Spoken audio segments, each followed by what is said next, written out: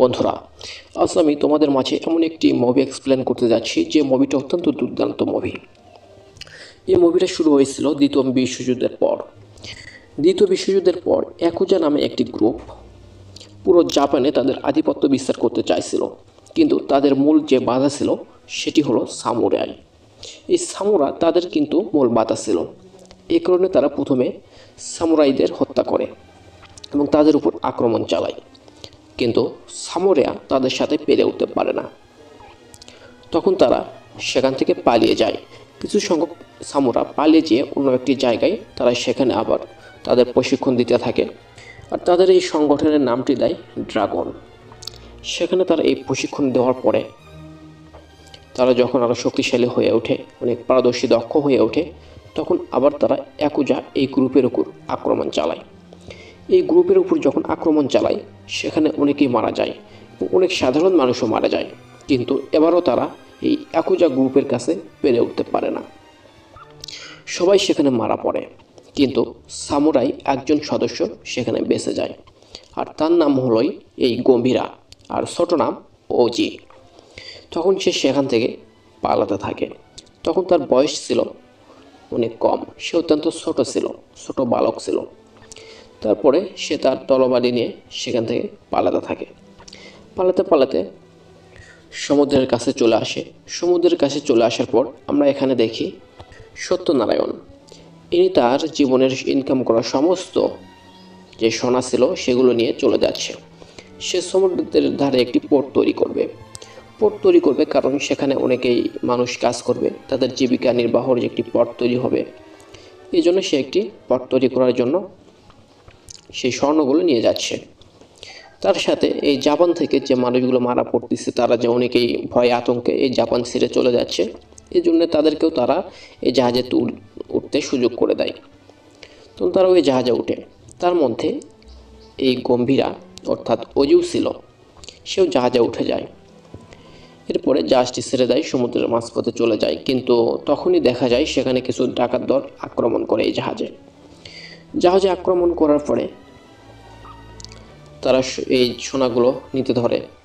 কিন্তু তখনই এই সত্যনারায়ণ তার যে বন্দুক ছিল বন্দুকটা বের করে। বন্দুকটা যখনই বের করে তখন ডাকাত দল এই সাধারণ মানুষকে ধরে, কিন্তু তার যে সাধারণ মানুষকে আটকাইছিল তার মধ্যে ছিল এই ওজি। এই ওজিকে তারা ভুলবশত ধরে ফেলে এবং তার গলায় চাকু রেখে বলে যে বন্দুকটি নিচে নামাও, নাহলে আমি এদেরকে মেরে ফেলবো। তখন এই সত্যনারায়ণ বলে, আচ্ছা ঠিক আছে, তুমি ওকে মেরো না, আমাদের যে যত সোনা দানা রয়েছে, যা সম্পদ রয়েছে এই জাহাজে সব কিছু নিয়ে যাও, কিন্তু তাকে ছেড়ে দাও। তখন এই ওজি দেখে আমি একটা সাধারণ বালক, আমাকে বাঁচানোর জন্য এই সত্যনারায়ণ সে তার সমস্ত জীবনে সমস্ত সোনা দানা দিয়ে দিচ্ছে, এত সম্পদ, কোটি কোটি সম্পদ সে দিয়ে দিচ্ছে, তাহলে সে নিশ্চয়ই ভালো মানুষ, কারণ আমাকে তো সে চিনেও না, আমার জন্য এত কিছু স্যাক্রিফাইস করতেছে। তখন সে অত্যন্ত ক্ষেপে যায়। আর সে তো সামুরাইদের সদস্য, আপনারা বুঝতেই পারতেছেন সে কত ট্রেনিং প্রাপ্ত, তার কত দক্ষতা রয়েছে। তার কাছে এই ডাকাত দল কোনো ব্যাপারই না। সে এক মুহূর্তের ভিতরে তরোয়ালটি বের করে এবং সবারইকে আক্রমণ করে।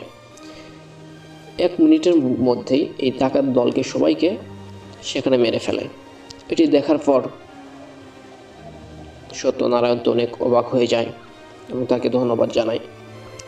এরপর আমরা দেখতে পারি তারা দুইজন জাহাজের কাছে গিয়েছে, জাহাজের সামনে দাঁড়িয়ে রয়েছে।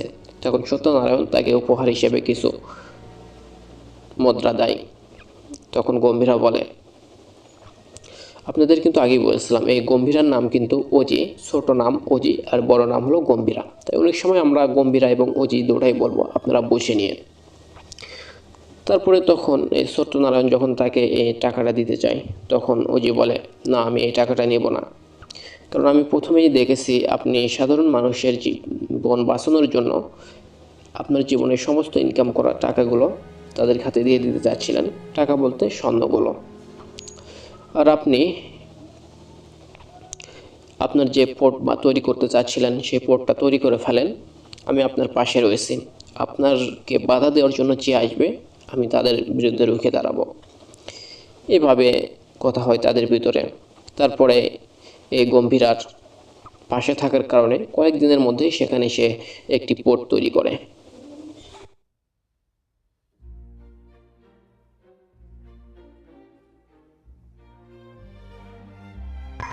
এরপর আমরা দেখতে পাই সমুদ্রের ভিতর থেকে আরডিএক্স নিয়ে একটি জাহাজ আসতেছে। আপনাদেরকে ভালোভাবে বুঝিয়ে বলি আরডিএক্সটা কি। এই আরডিএক্সটা হলো একটি বিস্ফোরক, যা দিয়ে বিভিন্ন পারমাণবিক বম, বিভিন্ন সাধারণ ছোটোখাটো বম, মিসাইল এগুলো তৈরি করা হয়। তো এগুলো যখন এই পোর্টের কাছে চলে আসে, তখন জিমিকে একজন ফোন দিয়ে বলে যে সমুদ্রের তীরে কড়া নিরাপত্তা দেওয়া হচ্ছে, তাই এই জাহাজটা তাড়াতাড়ি ঘুরিয়ে নিয়ে যাও, নয়তো সমস্যা হতে পারে। তখন জিমির মাথা অত্যন্ত গরম হয়ে যায়, কারণ সে অন্ধকার জগতে গ্যাং লিডার হিসেবে কাজ করে। তখন সে কোনো মতেই তো এগুলো ফিরিয়ে নিয়ে যাবে না। তার তার লোকজন নিয়ে সেখানে চলে আসার পর সেখানে পার্থ, অর্থাৎ সত্যনারায়ণের ছেলে, এগুলো কিন্তু চেক করতেছিল। যখন এই সত্যনারায়ণের ছেলে এগুলো চেক করতেছিল, তখন জিমির কন্টেনার সেখানে চলে আসলে এই পার্থ সেখানে চেক করতে যায়, কিন্তু জিমি তাকে বাধা দেয়। তারপরও পার্থ কোনো বাধা না মেনে এই জাহাজটি কন্টেনারটি চেক করার পর দেখে তার ভিতর অনেক আরডিএক্স। তখন সে অত্যন্ত ক্ষেপে যায়, তাদের উপরে যে গুলি করবে, তখনই এই জিমি পার্থর উপরে গুলি চালায় এবং পার্থকে সেখানে মেরে ফেলে। এখন আপনারা বুঝতেই পারতেছেন, পার্থকে মেরে ফেললো, অর্থাৎ সত্যনারায়ণের ছেলে তাকে মেরে ফেললো। আর সত্যনারায়ণের সাথে কে রয়েছে? গম্ভীরা। আর সে অত্যন্ত শক্তিশালী। তাহলে এখানে কীরকম একটি সংঘর্ষ তৈরি হবে আপনারা বুঝতেই পারতেছেন। বন্ধুরা, আমরা সেই পর্বটা নিয়ে পরবর্তী পার্টে চলে আসব। তো আজ এ পর্যন্ত। ভালো থাকবে, সুস্থ থাকবে। আর যারা পরবর্তী পার্টটা দেখতে চাও, আমাদের চ্যানেলটা সাবস্ক্রাইব করে আমাদের পাশেই থাকবে।